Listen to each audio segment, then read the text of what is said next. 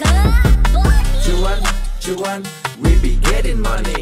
Cuan. Oke mas bro, sebelum kita lanjut ke videonya, saya ingin share info bahwa grup STS open lagi, grup STS diskusi dan rekomendasi bulan Januari 2025. Ya teman-teman akan langsung dapat 2 bonus nih bagi yang gabung ke STS Januari, yaitu perkiraan dividen saham di bursa dan saham-saham yang laporan keuangannya naik teman-teman. Nah teman-teman akan tergabung ke 2 grup ini.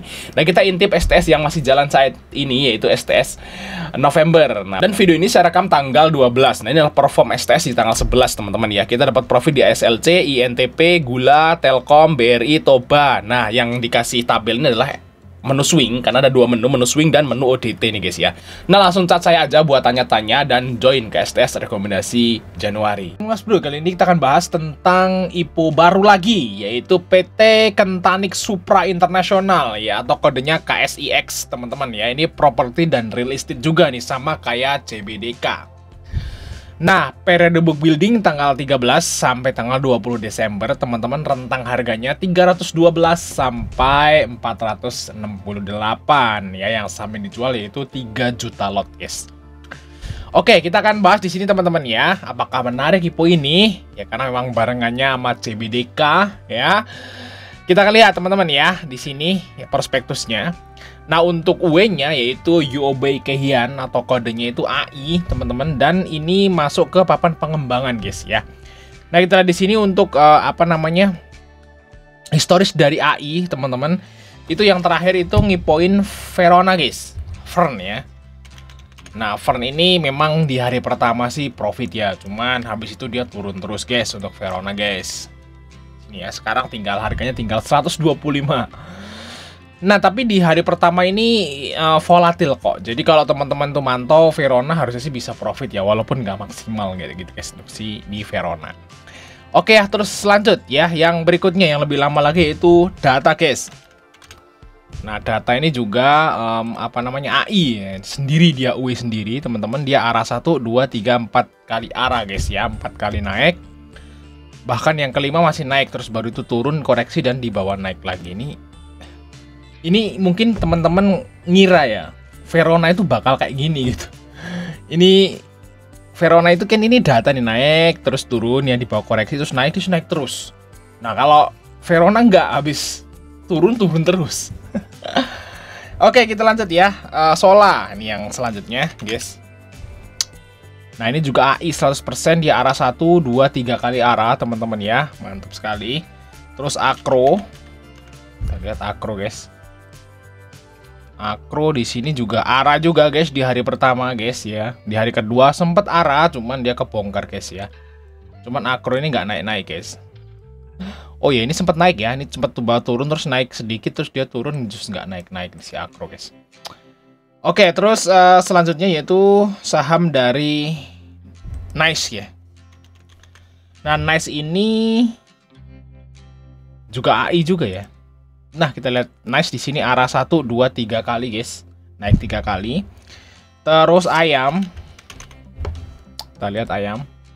Nah Ayam arah 2 kali teman-teman ya. Yang ketiga arah, cuman dia closingnya merah guys. Terus lanjut yaitu Koka. Nah Koka ini arah sekali aja ya. Sebenarnya ini closing arah nggak sih ini? Ya mendekati arah lah closingnya ya. Jadi dikasih cuan. Sebenarnya untuk AI ini guys ya, saat dia jadi underwriter hari pertama itu kalau yang pantau dikasih cuan sebenarnya. Ya mungkin yang paling agak parah itu Fern aja. Tapi Fern ini di hari pertama juga dikasih profit guys. Ya yang lain masih naik hijau semua teman-teman. Jadi istilahnya AI ini masih UE yang lumayan bagus ya, atau yang bagus seperti itu guys untuk si AI ya. Nah kita akan lihat prospektusnya nih, gimana, menarik nggak, semenarik apa CBDK atau enggak nih ya. Ini kan jadwalnya sama nih guys, kemungkinan ini bisa bareng loh IPO-nya nih, kemungkinan nih. Oke ya kita lihat teman-teman,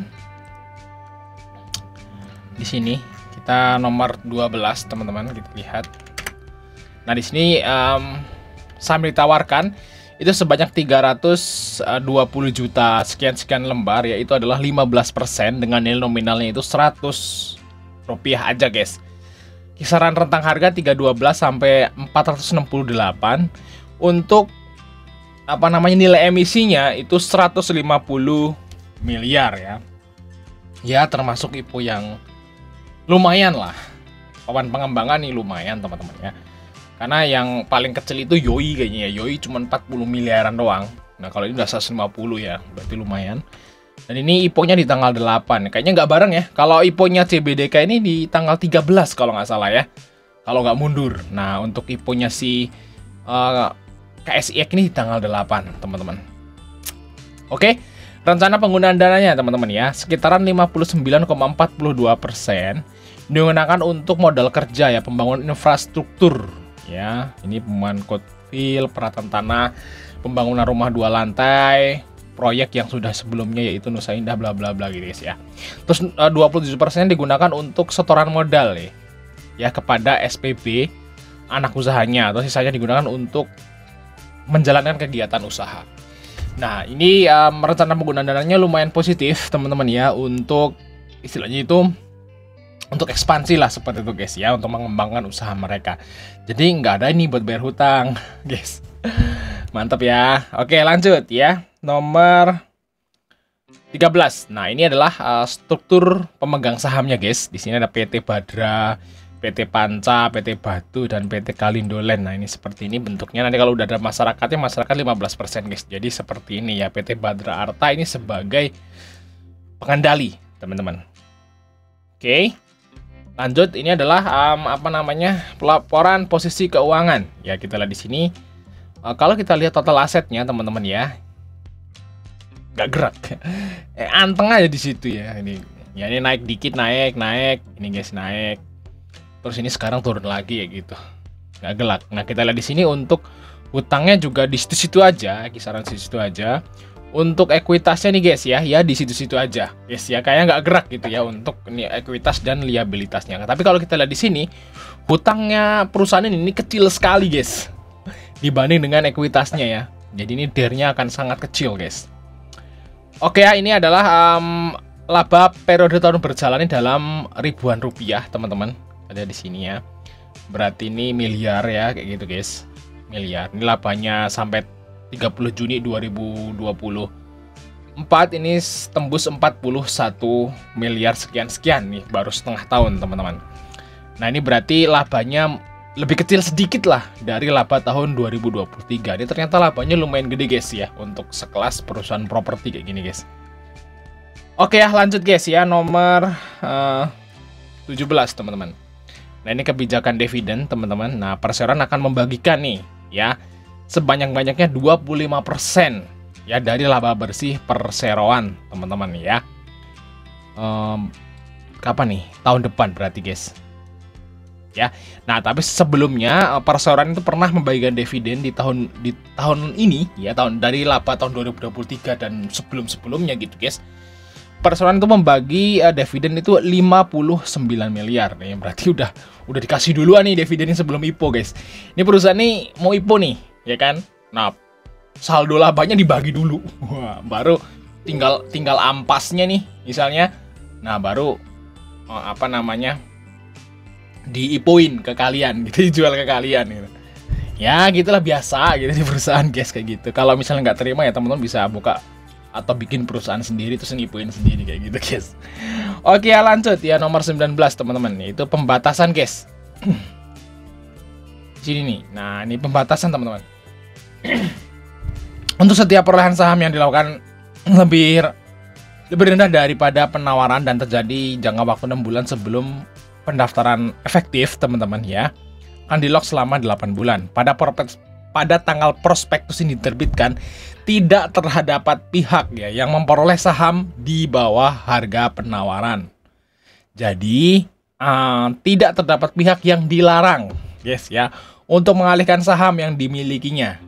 Nah tapi berdasarkan pernyataan tanggal 4 Oktober 2024 nih, Francisco, Gerda, Veronica Maria, Poppy dan bla bla bla ini akan menjadi pengendali perseroan yang akan tetap menjadi pihak pengendali perseroan dalam jangka waktu paling kurang ya, paling sedikit tuh 12 bulan. Nah, berarti orang-orang itu punya saham ini maybe guys, seperti ini. Ya, jadi istilahnya Ya saya nggak tahu, ini nggak jelas ya di sini tulisannya. Ini hanya nama-nama aja guys di sini ya. Cuman apakah nama-nama itu salah satu pemilik dari PT-PT ini? Ya seperti itu, berarti dia akan ngelok 12 bulan. Tapi kalau nama-nama tersebut tuh hanya terminan atau yang pemilik dari PT Badra Arta, berarti yang lain ini nggak di lock teman-teman. Betul guys ya. Oke ya, nice, kita lanjut teman-teman ya untuk nomor 165 teman-teman. Benar 165. Nah ini adalah karyawannya teman-teman, ini jumlah karyawan. Nah ini karyawan nih guys. Nah ini perseroan ya, karyawannya cuma 35 gitu guys. Nah tapi dia kan punya anak usahanya nih. Nah, ada AMP, ada SPB nih, ada karyawan juga, SPR ada karyawannya juga guys. Nah jadi istilahnya Kesik ini itu ya termasuk holding lah, seperti dia punya banyak anak usaha seperti itu, yang anak-anak usahanya juga jalan gitu, juga ada karyawan-karyawannya seperti itu guys. Ya masuk akal lah karyawannya seperti ini. Oke, kita lanjut nomor 180 teman-teman. Aduh. Nah ini adalah proyek perseroan. Nah ini kan perusahaan properti dan real estate. Nah berarti kan ada tuh dia perumahannya di mana sih? Nah ternyata di Cilengsi guys. Nah, daerah Cilengsi yaitu Grand Nusa Indah Cilengsi. Nah teman-teman tahu nggak nih di sini nih? Tahu nggak? Nah atau mungkin saudara teman-teman atau teman-teman sendiri tinggal di sini. Nah dia itu luas areanya tuh 881.000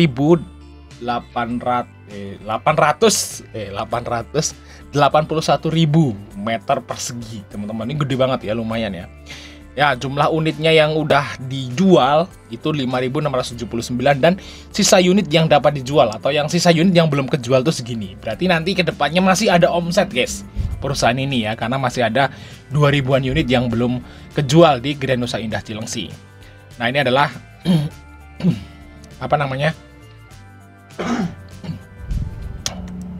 unitnya ya, jenis-jenis unitnya, atau mungkin apa sih namanya kalau kayak gini nih, apalah pokoknya. Bentuk-bentuknya lah, kan kalau perumahan kan lain-lain ya luasnya, bentuknya gitu ya. Ini dinamain seperti ini, dan harganya itu adalah 400 sampai 1,5 M. Nah ini berarti ya bisa dibilang perumahan kelas menengah ke bawah lah gitu guys ya, menengah ke bawah. Kalau yang CBDK tadi kan mewah gitu guys ya, beda.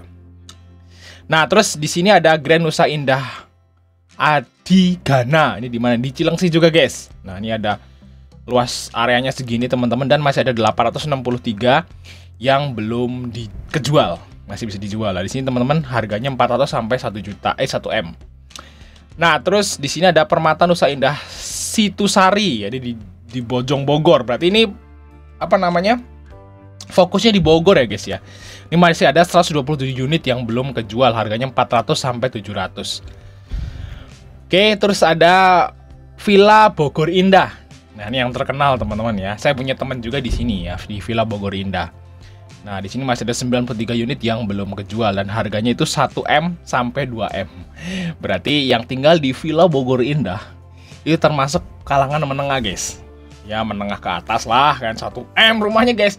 Tapi kalau di Jabodetabek mah rumah 1 M itu bisa dibilang kagak. Misalnya nih, teman-teman misalnya di kampung ya, di kampung punya rumah ya senilai misalnya 1 M.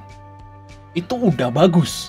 Bisa dibilang udah agak mewah lah 1 M. Tapi kalau mungkin di Jakarta, di Jabodetabek, di Bogor itu kecil guys. Biasa gitu loh, kayak di sini biasa gitu guys. Tapi di sana 1 M kayak gitu. Saya juga ngerasanya saya gitu. Saya punya rumah di sini nilainya segini. Terus teman saya punya rumah di sana di Bogor, nilainya jauh lebih mahal dari rumah saya di sini, tapi kok bagusan di kampung saya kayak gitu guys. Gitu ya. Nah itu namanya daerahnya lah. Ini harganya kan beda gitu. Nah di sini ada Villa Bogor Indah dan seterusnya. Teman bisa lihat di sini ya untuk proyek-proyeknya. Di sini ada di Serang, ada di Cilegon juga guys ya. Jadi banyaknya. Oke, kita lihat teman-teman ya untuk valuasinya. Di sini kita lihat ya, kita udah setahun kan di sini harga bukunya guys. Nah di sini IPO-nya itu di 300 sampai 400 ya. Saya kira ini IPO-nya mungkin di batas atas ya. Karena harga bukunya 600 guys. Di sini berarti PBV-nya 0, loh. Kalau di 468 itu PBV-nya masih 0,7. ya masih tergolong murah lah. Nah, di sini untuk pernya 10. Ya, untuk dernya nih kecil banget utangnya teman-teman, aman sekali. ROE-nya cuma 7%. Ya, ROE-nya tuh kurang bagus ya. Kurang bagus. ROE-nya kurang bagus. Untuk pernya sih oke. Ya, untuk PBV-nya ya oke. Cuman ROE-nya doang yang kurang bagus. Dan di sini untuk market cap-nya tuh 800 miliar. Masih di bawah 1T. Ya berarti masih small cap guys. Jadi masuk mungkin ranah saham gorengan nih guys ya. Oke guys ya, kesimpulannya gimana? Kesimpulannya UE-nya lumayan bagus. Valuasi juga lumayan murah atau mungkin murah lah kayak gitu guys. Terus untuk proyek-proyeknya atau perumahan-perumahan juga terkenal dan ya udah gede lah seperti ini. Properti ya udah gede lah kayak gitu guys ya. Terus valuasi juga murah. Jadi istilahnya layak buat dibeli teman-teman ibu ini ya. Kalau menurut saya sini layak buat dibeli dan kita lihat nanti dia bareng apa gitu ya. Kemungkinan saya akan beli ibu ini teman-teman ya, ditunggu aja ya. Oke, sampai ketemu di video berikutnya.